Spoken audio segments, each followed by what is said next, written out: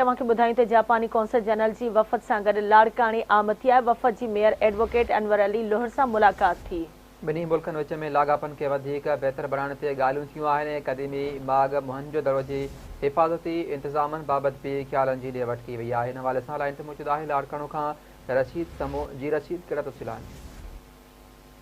जी बिल्कुल, जापानी councillor general जी वफ़द उतरी मासूरो ऐं मुआशी सलाहकार काज़ू नूरी मासूदा म्यूनिसिपल कॉर्पोरेशन ऑफिस लाड़काणो पहुची मेयर लाड़काणो एडवोकेट अनवर अली लोहर सां मुलाक़ात कई आहे, जंहिंमें ॿिन्ही मुल्कनि विच में लाॻापन खे वधीक बहितर बणाइण समेत सिंध जे क़दीमी बाग़ मोहनजोदड़ो जे हिफ़ाज़ती इंतज़ामनि बाबति ॻाल्हि ॿोल कई आहे। मुलाक़ात में शहर जे तरक़ी इंफ्रास्ट्रक्चर समेत जापान सां गॾिजी ताज़ो विरसे खे सियाहनि लाइ परकोशिश बढ़ाइण ते ज़ोर ॾिनो आहे। उन मौक़े ते जापानी वफ़द म्यूनिसिपल कॉर्पोरेशन ऑफिस लाड़काणो जो दौरो करे सिंध हुकूमत तरफ़ां नौजवाननि लाइ खयल क़दमनि जी वाखाण कई आहे। वफ़द मेयर लाड़काणो खे जापानी काउंसिलर कराचीअ जे दौरे ॾींदड़ सियाहती तोड़ी सकाफ़ती सहकार वधाइण ते ज़ोर ॾिनो आहे। मुलाक़ात में डिप्टी मेयर लाड़काणो मोहम्मद अमीन शेख काउंसिल जो जेके मेंबर आहिनि शेर मोहम्मद